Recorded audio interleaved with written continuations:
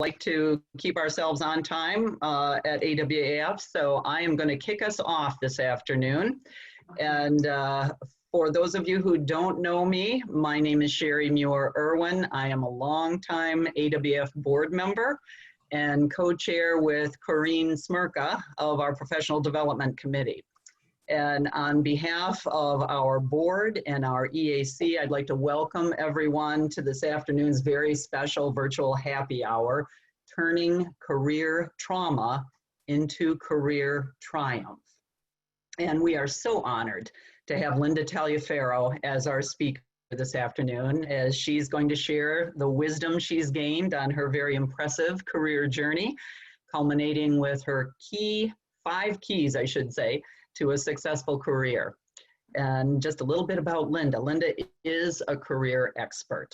She's worked with numerous Fortune 500 companies throughout her career, including her current role as a senior level global executive for a $4 billion corporation.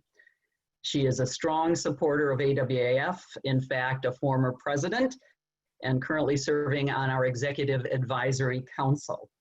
And throughout her career, Linda has learned firsthand the challenges of climbing the corporate ladder and how various hindrances can prevent good people from reaching their full potential. She's seen people, especially those who look like her, deal with various obstacles and question what was holding them back.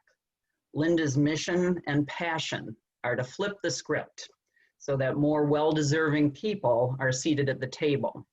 And it is exactly that passion that propelled her to create the T, the extra effort. In addition, Linda sits on the board of Greater Detroit, or I should say Greater Southeast Girl Scouts, the American Heart Association of Metro Detroit. She was named one of Savoy's 2019 most influential women in corporate America, and received the Alternatives for Girls Role Model Award for her professional accomplishments and her community service. Linda was selected as one of the profiles of Diversity Journal's 2017 Women Worth Watching in Industry segment. And she's a member of the Lynx Incorporated, Alpha Kappa Alpha Sorority Incorporated, and Jack and Jill of America. Now, on a personal note, I had the privilege of meeting Linda, oh gosh, Linda, more years ago than I'm going to admit right now. Yes. But she certainly impressed me then with her intellect and her professionalism, her passion for continual learning and development, her courage for taking on the tough assignments, and her accomplishments even at that early stage of her career. And she's never stopped impressing me since then, as I've seen her rise to ever higher levels of success. She is a business associate of mine, a friend, and truly one of the most inspiring people I've ever known. So with that, it is my pleasure to give you Linda Taliaferro. Well, thank you, Sherry. Oh my gosh, what an introduction.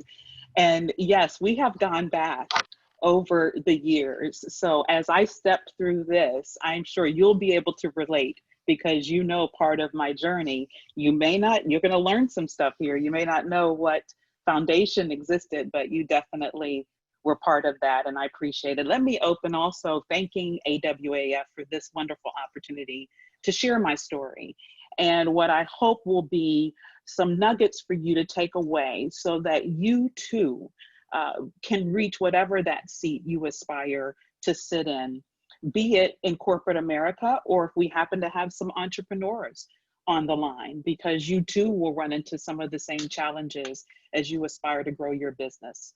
So I'm excited to be here. And with that, we're going to get into how to turn your career trauma into career triumph.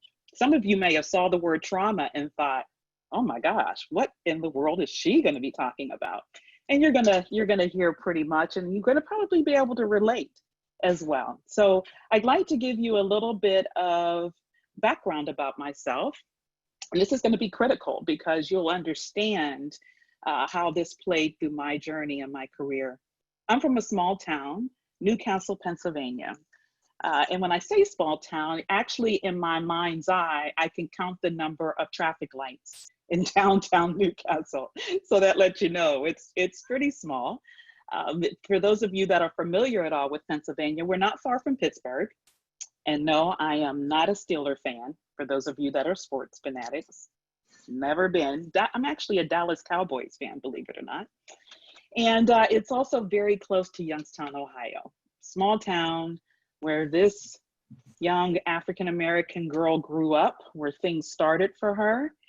And a little bit more about me, who actually I am. I'm so proud to say that I am the wife of Christopher Taliaferro. So you see a picture of us and one of our rare times that we get to hang out. My husband actually just got promoted here several months ago.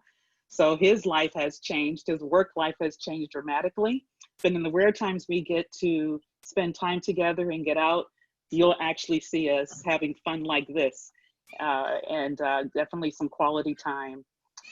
We are a blended family. So in the center of the picture, in the center of this slide, you see our three kids, Chris, Avery, and Alexis.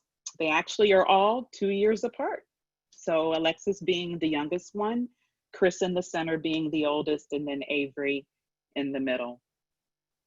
My daughter, I can officially say, as of a week ago, is a 2L at Howard University Law School. She made it through her first year. So super proud of her. And we have a little queen. She is 6 years old, our granddaughter, Camille. And that was actually her 6th birthday last November, where she was spending time with us. And we can't forget our guy, Marcello, who you see laying on the couch there. So that gives you a little bit about who I am. Crazy. And I think I just heard someone say something. I'm sorry, okay. So that gives you a little bit of background of who I am. And what really foundationally, what's important to me, I would say day to day through my journey is my family.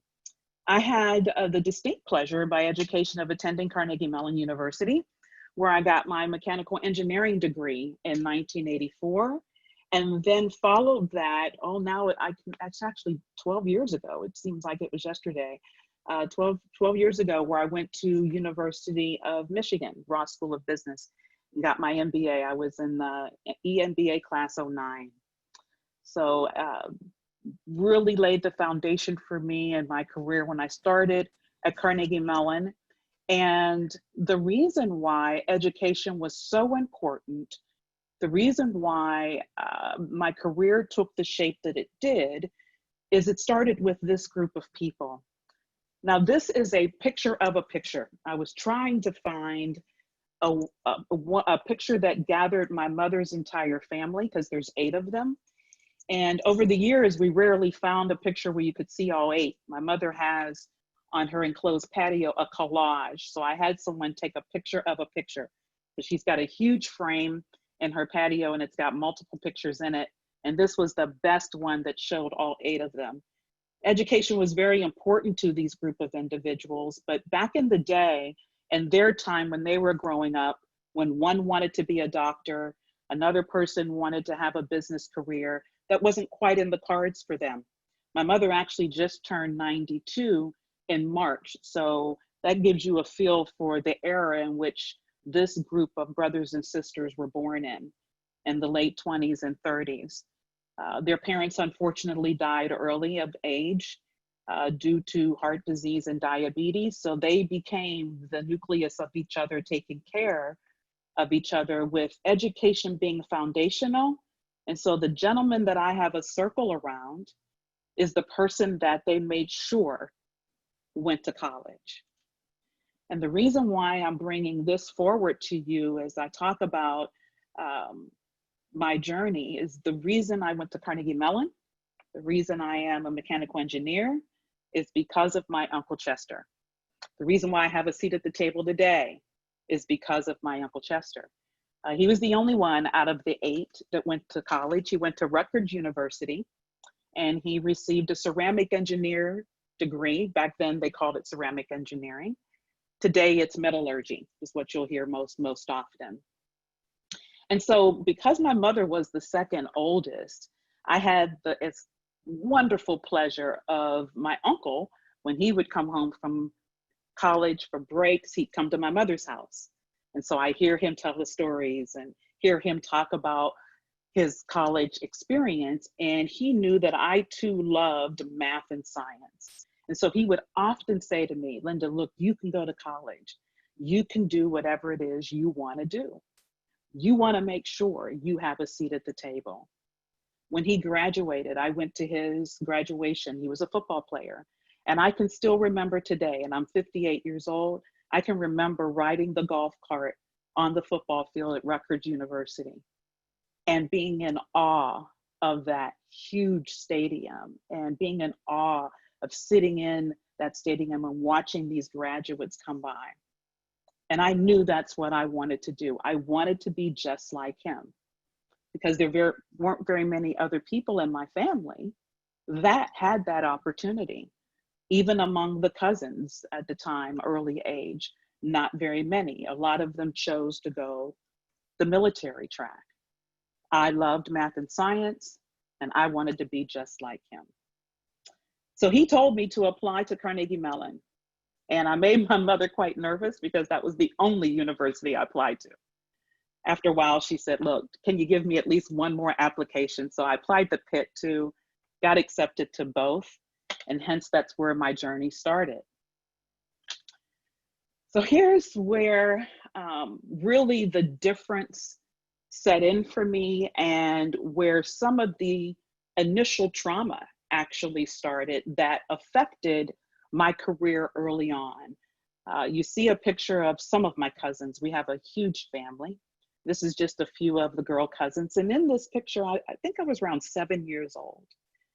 And the other side of the picture, the young girl that has the look on her face like, yes, I'm here and I own the world, is actually the same age as me. It's my cousin Leslie. But the difference between the two of us was our level of confidence. At 7 years old, you see I wore glasses, I had a lazy eye, I was very thin, and really kind of would shrug away, would hide among the group of even family members because I didn't feel like I measured up. I didn't feel like I was as pretty. I didn't feel like I was a lot of things. I knew I was very smart, but even back then, that wasn't positive because I would get bullied on a regular basis in school. On the bus, I get things thrown at me on the bus. I couldn't play in recess because, of course, Linda read all the books and has all the stars on the wall. Oh, of course, Linda got 100% on that math test. Oh, of course, she knows how to handle that science experiment. Of course she does. And so therefore, no one liked me in elementary school.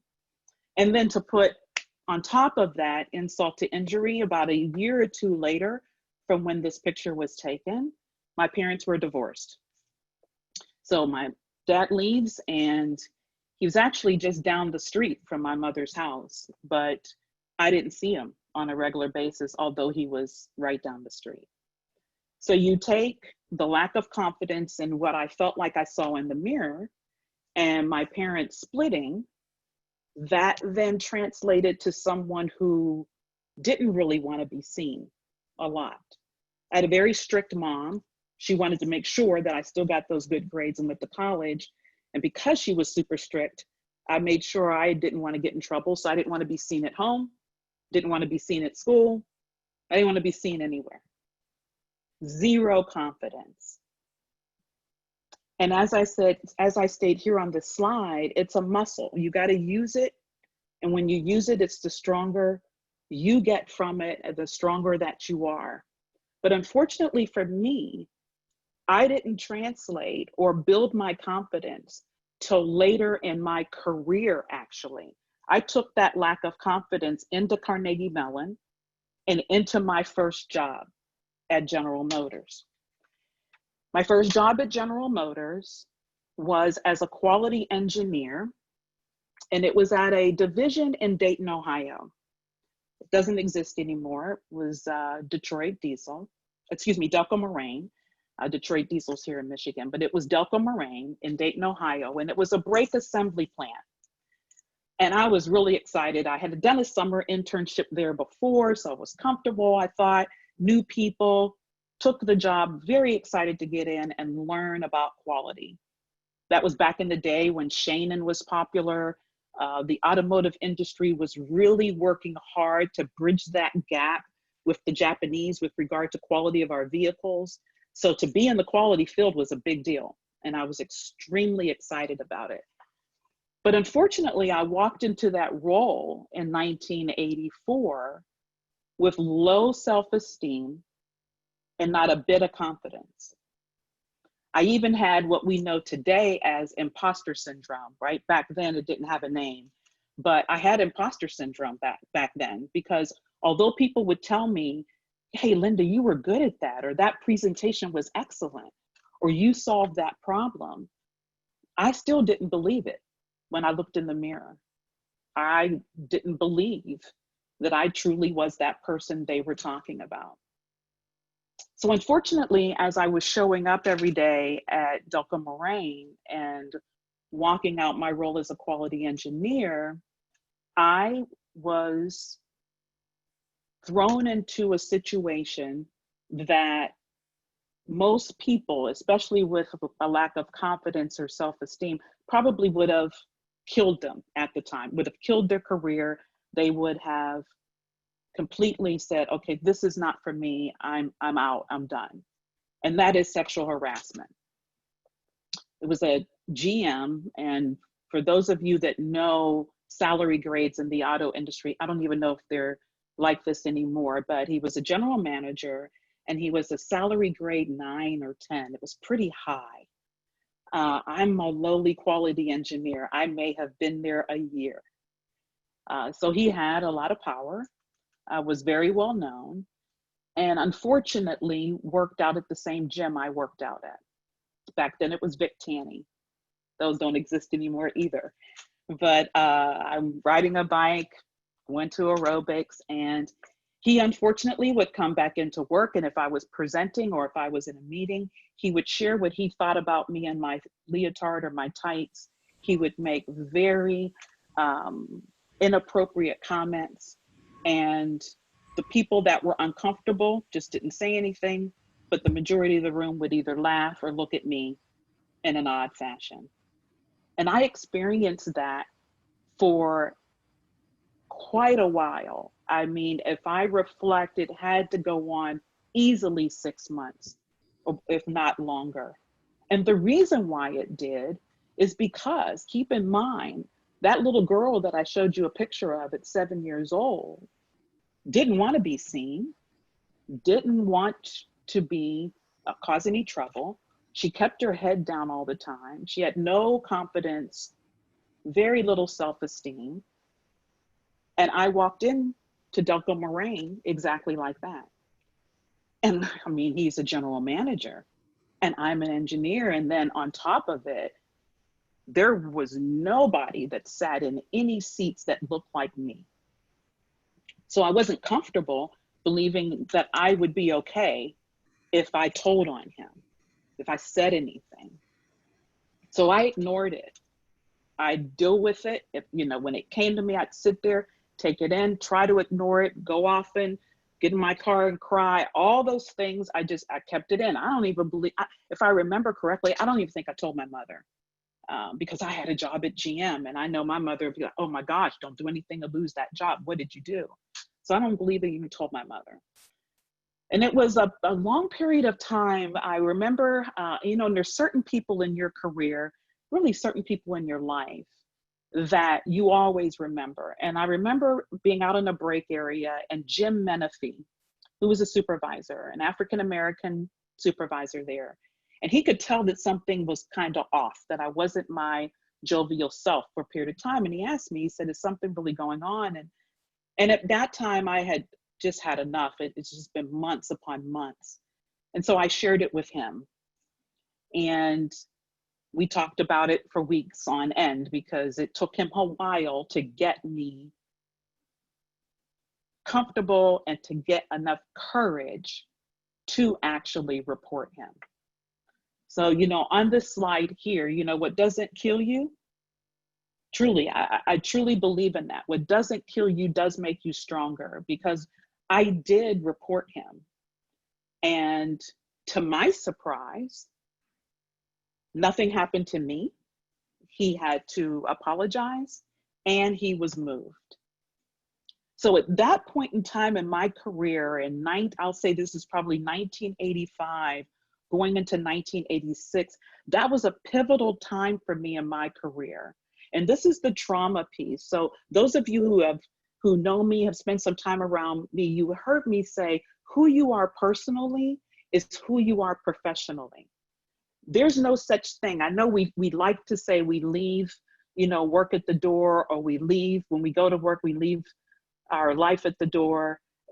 That's just impossible to do, because you are who you are. And you're going to take things into the work environment with you. Just like I took the low self-confidence in there with me, and the low self-esteem, and in an environment didn't have the confidence to speak up for myself until someone helped me with that and actually allowed me to lean on them. And it was at that pivotal time that I started to bloom. Because what happened for me is I found my voice. I realized that what I had to say mattered. I realized that I mattered. I realized that I was important and that people saw me, because I did not get a negative impact from reporting this gentleman. Now, some of you may think, well, of course you wouldn't, Linda. I mean, he was wrong. Well, let's keep in mind, this was 1985. Let's keep in mind of what I said. I'm an engineer, he's a GM. I mean, it could have easily gone the wrong direction. It could have easily gone the wrong direction, but it didn't. And that was transformational for me. And that was the foundation of which I built my journey, because then the confidence started to rise. I felt a little bit more comfortable with the person I saw in the mirror. Just those people recognizing me and showing me that my value was important and that I didn't deserve to be treated that way. So it started my journey, of which looks just like this slide. This is why I love this slide, because I you do have to take the stairs. It's not a quick ride, to having a vice president role or director role, or whatever role that you aspire to. It's not a quick ride. You do take the stairs. And you've probably seen this before, but the reason why I love this depiction of it is because if you notice, those stairs are long and there's not much space between each one. And there's a purpose in that, right? Because your moves can be small, or you can go from the left of one stair to the right of the other before you go up one. That has happened to me for sure, but it's still progress. And that's what I understood, and that's what I learned. And so therefore, in 87, when the opportunity came to go work for Bosch, I wasn't afraid to raise my hand. I had the confidence to accept that role and to go take a job that was the springboard for my career. Because actually, when I took that job, I ended up spending a year in Germany. Went over there all by myself, because that confidence had started to grow. But as this slide says, it's not as easy as it looks, right? Most people think, yep, you're on those stairs that I just showed in that previous slide. Your trajectory is pretty much going upwards in one direction, but I will tell you, 9 times out of 10, it's gonna look like this. At least I can raise my hand and say, this is what my career journey looks like. You're gonna have some false starts. You're gonna have some setbacks. As I shared with you early in my career, that could have been one that really held me back had I approached it differently, had the outcome been different. There's been other opportunities that I've had, and I call them all opportunities, that has sent me to the left or the right, has brought me back a little bit, but I've learned and grown from that to still be on that trajectory going up to whatever that seat at the table is. But I would offer to you, although it's not as easy as it looks, it is definitely 100, 200% worth it. There's not anything in my journey to date that I would wish didn't happen, to be frank with you. Even the sexual harassment experience, because I'm a believer everything happens for a reason. And I needed that to change what I had taken into that role with me from my childhood. So I needed somebody to say, I saw you. I needed somebody to stand in the gap for me. So I don't regret even this journey that you see that's full of twists and turns that I can tell you I experienced. And as Sherry shared with you, she's known me for years. She's known I've experienced some of that.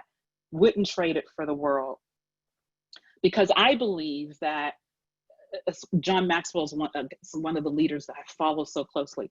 This is so perfect and fits my situation, and some of you may even connect to this, right? If you do the necessary work, then you can adjust your sails and really be the commander and the direction of where your journey's going.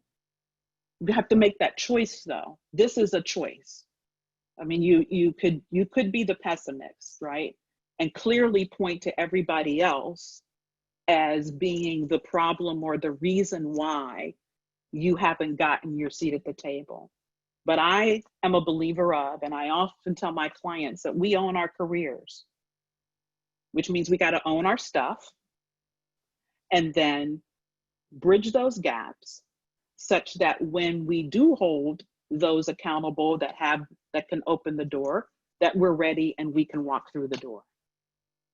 And so this is exactly what transpired in my career. I'm an optimist, and I decided that I was going to take the reins and adjust myself.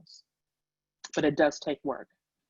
And with that, I want to share what I believe are some of the 6 key ways or the key work that you can do that will assist you along your journey to your seat at the table. The first one is, and it fits exactly what I shared with you on my story, is to find your voice. All of us have it. But it's critical to find it. And then once you find it, use it. Do not shrink. Don't believe that voice only comes with a title on a business card. You know, I found it as an engineer, and I used it when I went to Bosch as a senior quality engineer. Continued to learn how to use it as I moved laterally into other roles. I didn't just get this voice because now I have a vice president title on my business card. So it's irrespective of title. That'll be foundational to your growth. It's critical. It's part of being in the room. Knowing your worth and walking in it. You don't understand when you look in the mirror that you are, as I said, valued, that you're important, what you bring to the table matters. If you don't have that, if you were like Linda was at 7 years old, at 13, at 23, then you will stall a bit in your career, because no one, you may often said, if you don't like yourself, no one else will. You know, you have to know that you are worth it, and then walk in that completely, and walk in it with people supporting you. You remember we mentioned Jim Menefee. That was my first understanding of what having a relationship at work meant, what being liked meant, because he saw something in me. We had built a relationship, and he supported me through a very traumatic experience. Subsequent to that, I am laser focused on building relationships, especially in cultures, in corporate cultures that's the way things get done. The corporate culture I'm in today, Meritor, is highly relational, highly relational. You get things done through support, through influence, through people working together collaboratively. So when I joined Meritor 6 years ago, I spent 8 months of my first year doing nothing but building relationships, doing nothing but one-on-ones, people getting to know me and starting to build a level of trust that I could then leverage later in my years at Meritor when I wanted to launch an initiative, or I needed to make a change, or I wanted to go in a different direction. Relationships, as I put here, are everything. And then being. A lot of us go in day to day and we're so focused on the task at hand. Now, don't get me wrong, hitting the home runs are important. Meeting metrics are important, absolutely.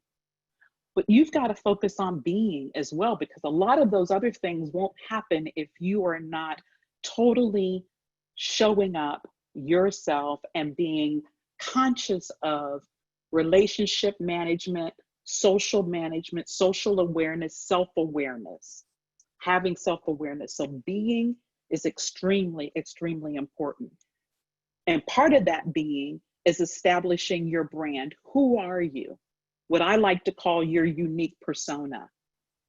What is it about you that makes you you, that brings that unique value to the table that your company or the future company needs? And that includes, what are your non-negotiables? People at Meritor know, there's no such thing as we can have conversation, we can work through conflict, but you won't see me yelling, 4-letter words. I've had people that I've just politely ended meetings with when they've crossed that line that I've established in my unique persona of how we can dialogue and solve problems together without crossing that line. So your unique persona is about your being. It supports your worth. All of this is connected. So it's important for you to establish your unique persona and to make sure it's known throughout the organization. And you can do all of this and still be authentic to yourself. This is something that, especially I will say in the African American community, I know some of my clients that are African American or people that I talk to, they struggle with this. Oh, well, Linda, I can't be real. Well, yes, you can. You don't have to change who you are as a person to be successful in a career. There's balance that's required, absolutely, but it doesn't mean that your integrity of who you see in the mirror has to change in order to be successful.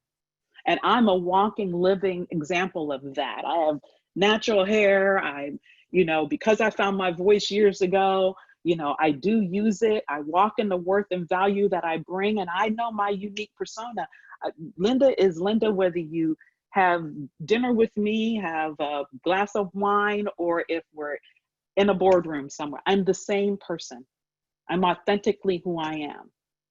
Early on, I didn't know who that person was because of what I shared with you early. But as I did the work that I mentioned on that one slide and decided to shift to sales, this is what shows up, and that is authenticity. So whether you are just starting your career, if you're mid-career, if you're switching careers, or if you even believe in some way, and I've had some people say to me, oh, I'm over 50 or I'm this, so none of this matters. I kill that, because there is no such thing. Wherever you are in your career and you have aspirations for whatever that seat looks like for you, I would offer to you to first make a connection and understand that who you are personally is who you are professionally. Your experiences may not be like mine. They may not be as drastic as, divorce or having some of the challenges that I had with being bullied or sexual harassment. But I would offer to you to make that connection to who you are personally. And if there's any opportunity for you to do any work there, especially then see how you translate that professionally, you will see a marked difference. I guarantee it. You'll see a marked difference in your career and how you move forward. And hopefully you'll implement some of the 6 ways that I've shared with you today. So with that, that's my journey and what I was hoping to share with you today.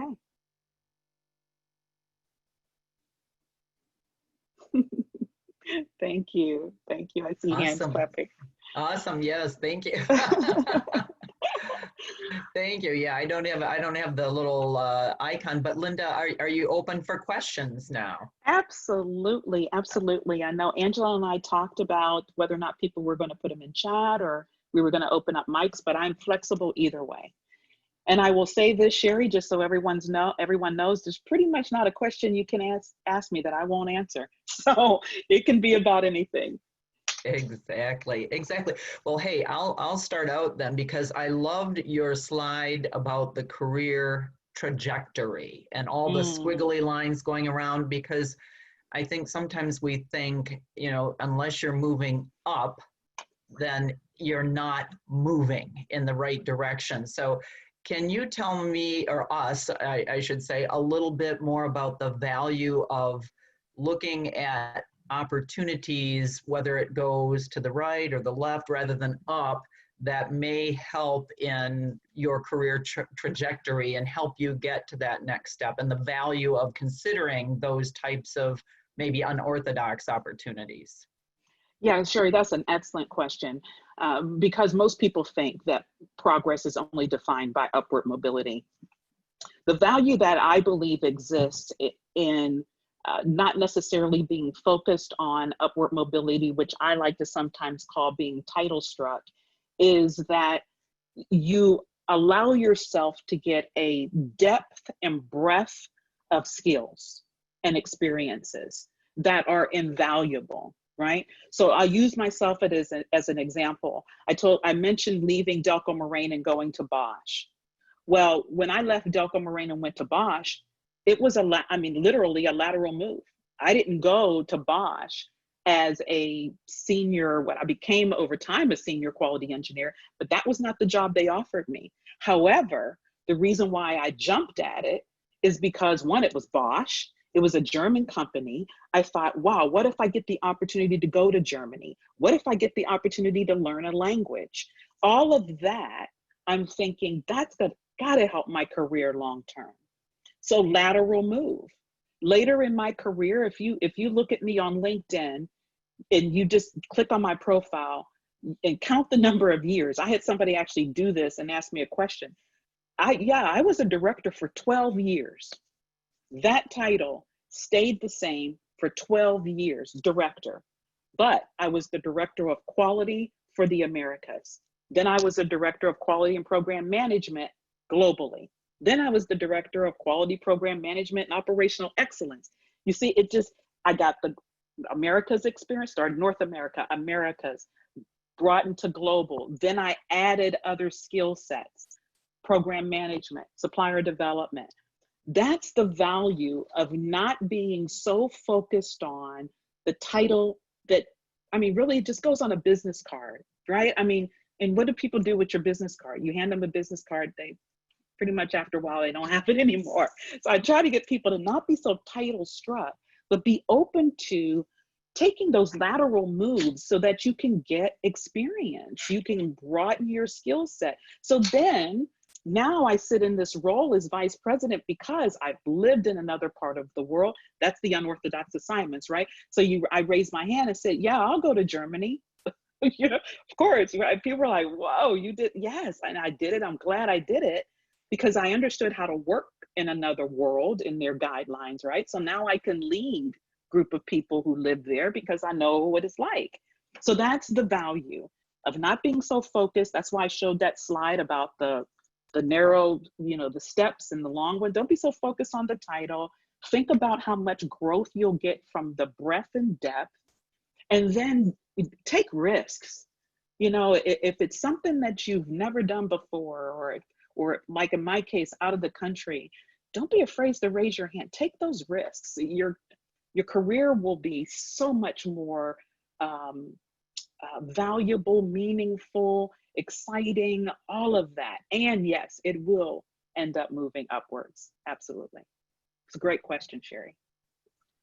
Excellent. Thank you, Linda. Yeah, couldn't agree more. Linda, we have our first question from the chat. Okay.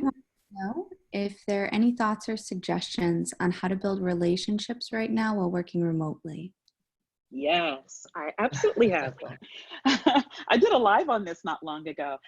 Some of it is going to be exactly what you would have done in the office, right? So a couple of tips is do not stop your one-on-ones. If you were having one-on-ones, don't stop them. Or if you weren't scheduling them, schedule them. You can still connect with people like we're doing today on Zoom and build the relationships that way. So if you aren't scheduling one-on-ones, start doing so. If you've been doing them when you were in the office, don't discontinue, for sure. Then, you know, I know people, at least people that I'm engaged with, big on the cell phone, right? So it's not unusual for a colleague of mine or for me to text someone and say, hey, John, how you doing today? How are things going? And they'll reply back. I mean, we might think it's small, but it registers today in our world because they'll say, oh, I heard from Linda today. Or, you know, this is going on or that's going on. Use technology to your advantage, whether it's a Zoom call for one-on-ones, whether sending a text message. And then, I mean, you know, there's nothing like being in a meeting, although it might be WebEx or Zoom, but people hearing your voice. And so those people that you've been building relationships with start to continue to hear your voice. You're bringing value, you're making comments. That advocacy thing starts to show up, and they may even say, yeah, I agree with, you know, Sue, you know, you just heard Sherry say this, or Angela mentioned that.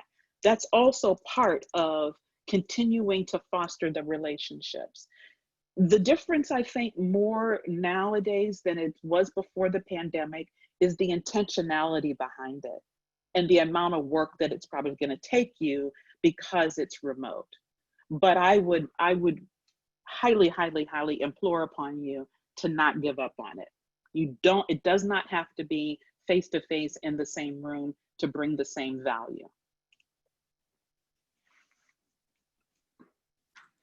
Thank you, Linda. Any open questions here? Yeah. Can I just pop in? Hey, Linda, it's Jean. So, hey, Jean. I loved the picture of the staircase. In particular, I noted that there was no railing.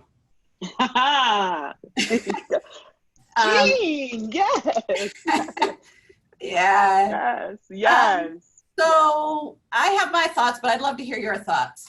Yo, share yours. I'd love to hear, because you know, when people, so I don't say anything if no one picks it up, because I show a lot. Everybody shows pictures on purpose, right? They have a lot of meaning. I'm very interested, Jean. If you don't mind sharing, what did you get from that no railing? Sure. So a couple things. One is that I use a railing literally climbing the stairs because it's freaking hard to climb the stairs. But so I use it for support. But and when you're thinking about your career, you would think that you need to rely on others for support. And I think there's some imagery there where you are probably better off trying to do things yourself, maybe, and then asking for help when you need help. And then the other part of it is that you can fall off, but then you just got to climb back up. And the ladder is what when I saw that picture, that's what resonated with me, was the ladder, because you will fall, because it's the fear thing of making mistakes, right? The fear thing of this fear of failure. And you might make the wrong decision. You might actually choose the wrong company to go to. I've had that in my career, toxic environment. But I learned so much from that. And so what I had to do is make sure that it did not deter me from moving forward. So it's the latter one that you mentioned, Jean, is what resonated with me when I saw that picture with Zig Ziglar, because you will fall. It's absolutely going to happen. I mean, we're not perfect. There's no such thing as perfectionism. That's another thing. Though I know I used to be that person, and it can be crippling trying to be perfect. And when you realize that it's okay to make a mistake, it's okay to fall, and just get back up again, then you can move forward. But thank you, Jean. I'm glad you picked up on that. I think Sheila is off mute. Would you like to ask a question, Sheila? All right, we'll go to Kim Z has our next question on the chat. She's asking for a recommendation for a background when you're doing a Zoom meeting to not distract from yourself. So in order to help kind of assist in people seeing you as a professional, any thoughts there? Oh, okay. So yeah, so what's that definition of professional, right? I mean, it's especially in today's climate, because we're working remotely for those of us who've never done it a lot before, but there's whole industries that have done it and have been doing it for years. So it depends on the definition of professional, but if you're in a organization that has that thing around it, then I would recommend, it's funny, before we connected and let everybody in, we talked about the virtual backgrounds that you can do in Zoom, right? So find one virtual background for yourself that makes you feel like you are conveying through the lens of your camera and your computer professionalism. It's important that it makes you feel comfortable. We're not going to be able to please everybody, and if you try to figure out what everybody's definition of professionalism is, you'll never get there. But if it's a piece for you to feel comfortable, such that you believe you're showing up stronger because you have a certain type of background, I highly recommend finding something from a Zoom virtual backgrounds perspective. Somebody likes, if you notice, some people use books. They'll have a bookshelf in the back. That's another kind of indicator, some subliminal message of intelligence, reading. So you can put books on a bookshelf, possibly. That would be, I think, considered professional. I try not to, and I come from that era where it makes a difference, but I try not to get hung up on whatever I used to have as my preconceived biases of professionalism, because it can show up in various ways. Just like, leaders can show up in various ways, depending on what culture they come from. I have someone on my team, Michael, who is Taiwanese, and he's an awesome leader, but he's not the same type of leader as someone from the US. And I think that's the same as professionalism. If you Googled professional look, you won't find me, right? If you Googled that, you won't find me, anybody that looks like me. Well, not unless they changed recently, because, we have this sensitivity going on now. But for a while there, you wouldn't find me. But does that mean I'm not professional? So think about, what it is you will satisfy you and make you feel comfortable, and go for that in your background. Thank you, Linda. Our next question is going to come from Franchan, and she's going to ask it directly. Okay. You said it correctly. Thank you so much. Linda, I just want to say, first of all, thank you for coming here. Thank you for sharing. It was really, I'm in a space where I really, really just need to see powerful women, because we're not everywhere. I'm just going to put it like that. There's not a lot of us that have been given opportunities, and we're not everywhere. So thank you for existing in the universe. And then also my question is, when did you get comfortable? I'm an entrepreneur, and my year anniversary is in like 2 weeks. Thank you. It's been quite a journey. Yes. That staircase is very true. Although sometimes it feels like it's this wide and not the full staircase, right. With no railings and barely. Right. So my question is when did you get comfortable sharing your personal story? I saw a lot of overlap between your story and my story. And I oftentimes, most people that know me well don't know me at all. Like they really actually don't know my personal story and the things that I've been through and what allows me to show up in spaces confident and happy and educated and all those things. They think I just kind of woke up like this, and I didn't. You know, I've actually had people say that, like, you're like Beyonce, you woke up like this. And I didn't correct them because it wasn't I didn't want to tell them all my business. But in my head, I'm like, no, I didn't. I definitely did not wake up like this. So I just am wondering, when did you get to that place where you're like, okay, it's okay to share some of these things? Right. Well, a couple things happened. One, I turned, I think it might have been 40 where I stopped caring what people thought, you know, to be frank with you, right? I didn't care what people thought, and I really liked me, right? I mean, I liked me before then, but I really liked me, you know, when I turned 40, and so I didn't care what people thought. And I'd really made the connection that who I am personally is who I am professionally. I had started to make that connection on, you know, almost 20 years ago now. So that's when it began to be okay for me to divulge some of it. But here's the key, right? So back to the question before about what's professional, you don't hear people talking about this, right? You know, parents getting divorced, whatever. I did a lunch and learn at Meritor and told my story, right? And people were blown away, and they actually said, "Oh my gosh, you're vice president, and you're vulnerable. And I think that's so much power in being that. But it wasn't until I got comfortable in my own skin, honestly, and that it wasn't about people knowing my business. I kind of keyed on that when you said that.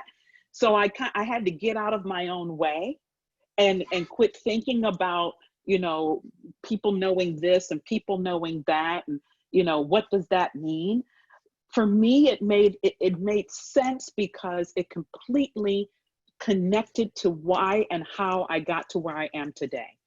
And the reason why I share it now, Fanchon, is because May was my 3rd year anniversary for my entrepreneurial self, right? And there's something about, that's why, Sherry, those other entrepreneurs that's been doing it for years, Roseanne's on here, people that's been doing it for years, I give it to them because, you know, I'll do this corporate ladder climb again any day. Being an entrepreneur, oh my gosh, or solopreneur, oh my gosh, it's just, what, you know? And, you know, I had to start telling the story when I became an entrepreneur in order for my passion and my mission to come alive, because I knew that people like you, Fanchon, and it's a lot, and it's women, I'm going to say in general, women in general, because there's not been a client that I've had that there hasn't been a connection from their personal life to their professional life. And so if I wanted my passion and my mission to really come to life, I had to share it. And I wanted people to know that in spite of all of that, you do the work, the rest changes for you in your career. So it was turning 40, not caring what people think about me, and really, really loving who I am. And then being that entrepreneur and it being part of the extra effort. You know, everything that I use in my career counseling is from what I lived and walked and did and saw work and helped mentees with. And so that's when I became comfortable with it. And I will tell you, Fanchon, people, 9 times out of 10, there are ugly people out here for sure, right? But 9 times out of 10, when you do it, when you open yourself up, it will not be to your detriment. It will not hurt you, and people won't hurt you. They will be inspired by it. They'll be motivated by it. Believe me. So, and you will be liberated. That's the huge thing, right? You'll be liberated as well, and then be able to walk in your full worth and value in your business. So take a leap. It'll feel good. The water's warm. The water's warm. Oh, so lovely, Linda. Next up, we have Jillian with a question. Yes, thank you so much for taking the time to chat with us all today. I definitely have a few nuggets here that I've definitely taken away from your speaking, but I do have a question. I am a Black millennial, and I face a lot of perceived bias within the industry. So I just wanted to know what type of recommendations on how to navigate said bias do you have? So bias has existed in the automotive industry since its inception. I've been in the automotive industry for 30 some years. You as a millennial dealing with it, I'm sure, is different. It's just the type of generation that you are. no less, it didn't, not to say that it wasn't challenging for me, but I completely get it, of why it's probably exceptionally so for you. And that's because I have millennials in my family, and that's because I have them on my team. And I'm in the trucking industry, and you can only imagine what exists there. What I would recommend for you, but I don't know specifically what biases you're talking about. I'm assuming it's race. I'm assuming it's from maybe superiors, or it could be from your peers. What I would recommend is, first of all, and this is going to be very difficult for you to do, but you have to do it. Don't put the chip or the rock or the boulder on your shoulder and walk around with it. So I know for a fact, because I've seen it, that if we do that, then we play into the stereotypes and the biases, and most importantly, we weigh ourselves down and we never progress, because then we end up seeing everything that comes our way as a race thing, and everything isn't, right? There are some that is, but everything's not. So don't allow it, don't put it in your wagon to push or pull. It's somebody else's wagon. So if you not allow it to be your focus, and you continue to show up and be who you are, but at the same time, you're gonna have to work on number one, right? That I have here in my 6 ways. And I know it's challenging as a millennial and you're new in the workforce and you think you don't have a voice, but you do. So if you build your relationships in number 3, and you find and use your voice, you will find that the biases will be irrelevant. And the reason why I say that, so I need you to know that just because I'm 58 and I'm vice president position, I have not arrived either. I have biases every day. I can just see them probably a little bit quicker than you. And because I have a little bit more seasoned, I manage them. They run like water off a duck's back, right? Not an issue. But I didn't get to this point without doing what I'm suggesting you do, right? So build your relationships, and be strategic in those relationships, Jillian. When I say build relationships, yes, get along with everybody, but strategically build meaningful connections with people who can advocate for you, who can take care of those biases for you. I've done it. I've had people manage biases for me that I know existed with other leaders without me doing a thing, because of the relationships I had with them. So concentrate on relationships, strategic ones, find your voice and use it. And frankly, you're in a time now where if you do it right, call it out. You can't, it's one thing you have to be able to be is confident. Don't be the young me, right? And we're in a different space and time right now. If you see it, you professionally call it out.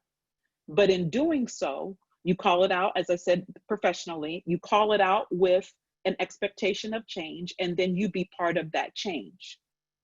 Okay? So those are 3 things that I highly recommend. 4 actually. Don't put it in your wagon to push or pull it. So don't walk around constantly focused on being the Black girl in the room, and that those people that don't care for you, that's their issue. That's not your focus. You show up in your worth and value, you find your voice and use it, and you have relationships, you have a network of people to support you, because no man's an island, and I don't care whether they're black, brown, yellow, white, or whatever. But let's just be real, as Fanchin said, there's not a lot of us, right? So until there is more of us, so I'm telling you, don't just build relationships with Black people. If you find some that have a seat, great, but build relationships across the aisle with various people that strategically are important in the organization, and that most importantly, see Jillian for Jillian and the value that you bring to the organization. And then focus on you, do you. But I will leave you with this. If the environment is extremely toxic, and I've been in that environment once in my career, and I ended up leaving. It was the only time in my career that I actually contacted a recruiter and looked for a job. All the other opportunities I got came to me. But this time I said enough was enough. And I'd been there like, I think 4 or 5 years. And when I resigned and gave my resignation, his name is Ed Kozak, and this was at Detroit Diesel. When I resigned that day, he said, Linda, you could have walked on water and it wouldn't have made a difference. So if you do all the work and you show up like I mentioned, and you're excellent at what you do, but the environment is so toxic, recognize that and move on. Give yourself grace and allow yourself to move on. Ooh, we're getting close to the end here. I hope that helped you, Jillian. Did it? Yes, that definitely helped. And I could tell your passion behind that question with the way you answered it. So I appreciate it. Thank you so much. Absolutely. And feel free, there's a slide in here, my contact information. If you want to talk offline, feel free to connect, okay? Thank you. Mm-hmm. I'm sorry, go ahead. Oh, no, just checking in. We're hitting 5 o'clock. I'm going to leave this to Sherry and our speaker for whether or not they'd like more questions. Yeah, Linda, again, we like to pride ourselves on being punctual and on time, but I'll leave Linda, as she mentioned, there's going to be a slide coming up with her contact information, and there you have it. And there's her beautiful self right there, front and center. But I think you've got so many aspects and so many ways of connecting with Linda: website, email, LinkedIn, Instagram, Facebook, YouTube. So definitely, if you have additional questions, I know we didn't get to all of them today. We could have gone on for another couple of hours, I'm sure, Linda, because that's just the effect you have on everyone. But definitely feel free to follow up with Linda. I know she would be very, very happy to connect one-on-one. So just in wrapping up, Linda, thank you. I knew it would be an inspiring presentation, had no doubt, and you delivered no disappointment ever.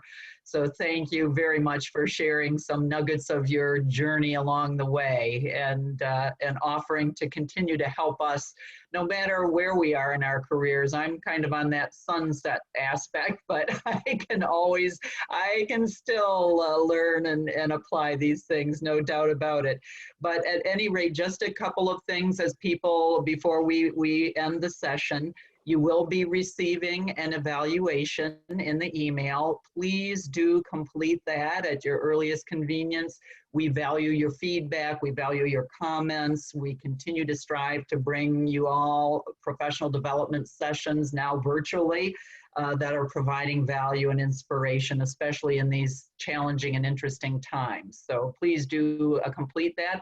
Our next virtual happy hour that's programmed will be coming up on Thursday, July 23rd. And that is going to be getting into the technical aspects. We had some questions today about that, but it's power presenting for the virtual presenter. And that's going to be with Christina McKenna, who is president and founder of Bluestone Executive Communications, longtime veteran in media, even on-air personality. She's got wonderful tidbits and knowledge to share. That's going to be coming up July 23rd. Watch for more information on that.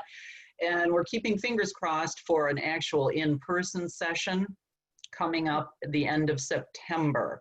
And that's going to be the model of freedom, which is a tool for increasing our cross-cultural agility, particularly in the business environment. And that's going to be with our board member, Suzanne Cordes-Holterhoff of Team Essence Coaching and Consulting. Again, we're saying fingers crossed. Obviously, we're in developing times now, but we're hoping by the end of September, we may be able to meet in person for that session. But with that, again, Linda, thank you so much. And certainly, Angela, thank you for acting as our producer today. And ladies, I don't know if we had any gents on, but not to discriminate, ladies, and if there is a gent, thank you for your participation, and so glad that you joined us today. Take care, and we will see you next time.